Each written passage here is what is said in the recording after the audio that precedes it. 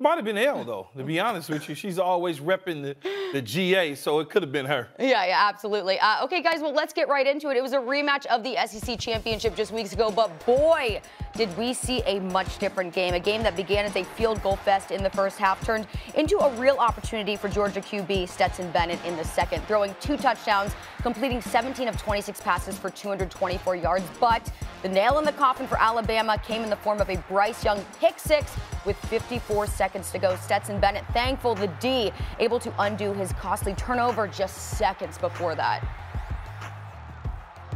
I mean, I just knew there was going to be no way we were going to let a turnover like that stop us from winning the national championship. There's no way. I wasn't going to let that happen. I wasn't going to be the reason we lost tonight. You lost this game against Alabama in 2017. How much sweeter does that make this win? Well, that one will be with me for a long time, but this one will be with me for much longer. I'm proud of the University of Georgia, the support we get there. A lot of credit to Alabama. Coach Saban, they had a lot of injuries. You know, they lost Jameson Williams in a tough situation, but our kids kept fighting and never doubted. Can I say something? Absolutely. You know, these 2 guys that are sitting up here, they're not defined by one game. These guys played great for us all year. They're great competitors. They were great leaders on this team. I just want to thank them for that and let everybody know how proud I am of these 2 guys. Okay, not only did Georgia look like a different team this time around, but so did Alabama, actually. They were without receivers. Jameson Williams, he was out the entire second half.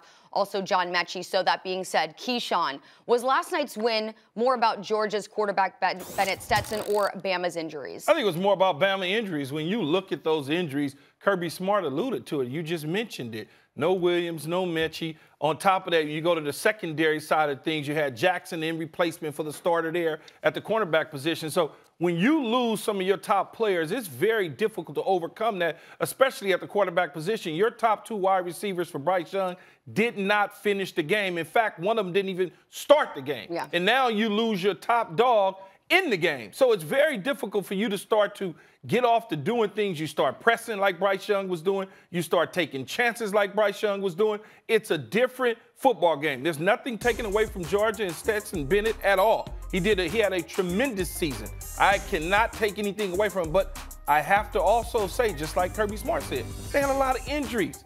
The injuries are key when you play professional or collegiate sports. You've got to have the depth, and clearly Alabama ran out of the depth. That's one of the reasons they lost the football game.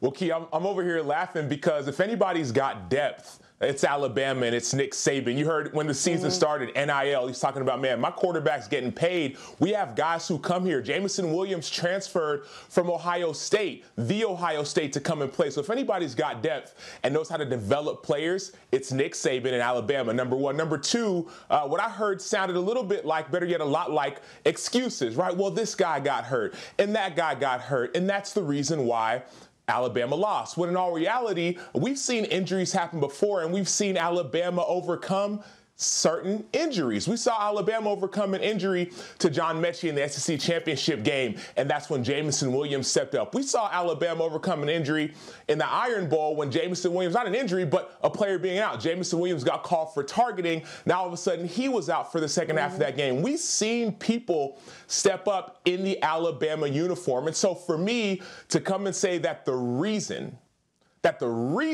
that Alabama lost, or better yet, the reason that Georgia won was because of Alabama's injuries, I'm not buying that. What I'm buying is that the reason that Alabama lost that game, better yet, the reason that Georgia won that game wasn't because of injuries, wasn't because of guys who weren't there on the defensive backfield at corner or at receiver. I think the reason that Georgia won this game was because of Stetson Bennett, the same Stetson Bennett who all over Twitter people were calling for him to be benched. Not just this game, people have been calling for him to be benched anytime one of Georgia's games got close, right? Anytime the game was close, any little mistake that they saw, people were calling for this guy to be benched, for the 5-star recruit, for the 6'6" quarterback, for JT Daniels. Yet week in and week out, the guy who started the season 3rd on the depth chart in Stetson Bennett came in and proved everybody wrong. And he did it in the biggest moment. So for me, This Georgia team that found a way to win their first